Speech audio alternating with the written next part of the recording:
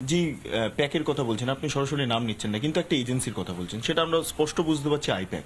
তাহলে এই আইপ্যাক তো এনেছে মূলত অভিষেক বন্দ্যোপাধ্যায়। তো অভিষেক বন্দ্যোপাধ্যায় তাহলে কি টাকাটা কোনোভাবে নিচ্ছিলেন?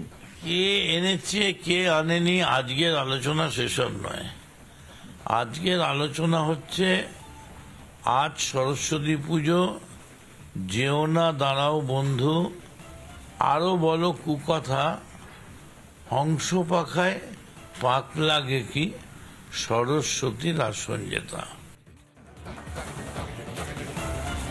আমরা শুনলাম মদন মিত্র যে যে বিষয়গুলো তুলে ধরলেন, তার মধ্যে দুর্নীতির প্রসঙ্গ আসছে, তার মধ্যে বাইরে থেকে এজেন্সি ঢুকিয়ে দলে ভাবমূর্তি এবং সামগ্রিকভাবে দলের সদস্যদের সঙ্গে সম্পর্ক নষ্ট করার বিষয়টা আসছে।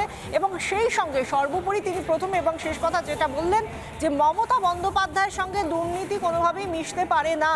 এবং সব শেষে তিনি যে লাইনটা বলছেন অত্যন্ত গুরুত্বপূর্ণ, তার দিক থেকে তিনি বলছেন এটাই আলোচনার একমাত্র বিষয়বস্তু, হংস পাখায় দাগ লাগে কি, সরস্বতীর আসন জেতায়। এবং সেই হংস পাখা বলতে তিনি মমতা বন্দ্যোপাধ্যায়কে বোঝাচ্ছেন যে যার গায়ে, যার ইমেজে কোনো রকমভাবে দুর্নীতির কালো দাগ লাগতে পারে না, এমনটাই একেবারে সদর্পে বলছেন মদন মিত্র। এবং তিনি একেবারেই এড়িয়ে গেলেন একটা বিষয়, যে কোথাও গিয়ে এর পেছনে কে রয়েছেন, এই বাইরের এজেন্সি ঢোকানো নিয়ে কে রয়েছেন তা নিয়ে কিছু মুখ খুললেন না।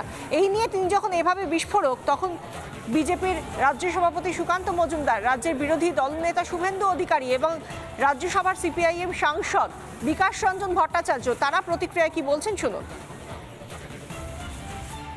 আর এই ধরনের নেতাদের কথার উত্তর দেওয়ার দরকার নেই। এই লোকটি মানি ট্রানজাকশানের ভিত্তিতে সব হচ্ছে।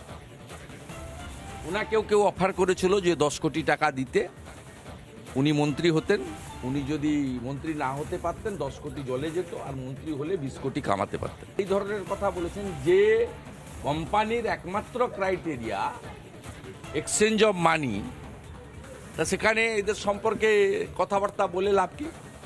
মদন দা সেই সময় থেকে তৃণমূল কংগ্রেসের সাথে জড়িত, যখন তৃণমূল কংগ্রেস তৈরি হয়েছিল। তারপর যদি ওনার এটা আত্ম উপলব্ধি হয়, তাহলে সেই দলে তো ওনার থাকা উচিত না। প্রথম কথা, ওই দলে থেকে উনি ওখানে গিয়ে গলা উঁচু করে কি লাভ? কিছু না হলে পরে কমসে কম বাড়িটা ছেড়ে দিয়ে বাড়িতে বসে থাকুন, ধর্মকর্ম করুন, গীতা পাঠ করুন, মহাভারত পড়ুন, তাও কারো কাজে লাগবে, পরকালটা ভালো হবে। কিন্তু এই নর্দমায় থেকে, এই দুর্গন্ধযুক্ত নর্দমায় থাকলে পরে যে পাপ লাগবে সে পাপ কুম্ভে গিয়ে 5 বার স্নান করলে পরে ধোবে না। তৃণমূলের মন্ত্রী হতে গেলে 10 কোটি টাকা থাকতে হবে, টাকা দিলেই মন্ত্রী, না করলে সবটাই গেল বলছেন মদন মিত্র। তৃণমূলে তাহলে টাকার বিনিময়ে মেলে পদ? মদনবাবুর প্রাঞ্জল স্বীকারোক্তি, এ নিয়ে তো আমার কিছু বলার নেই।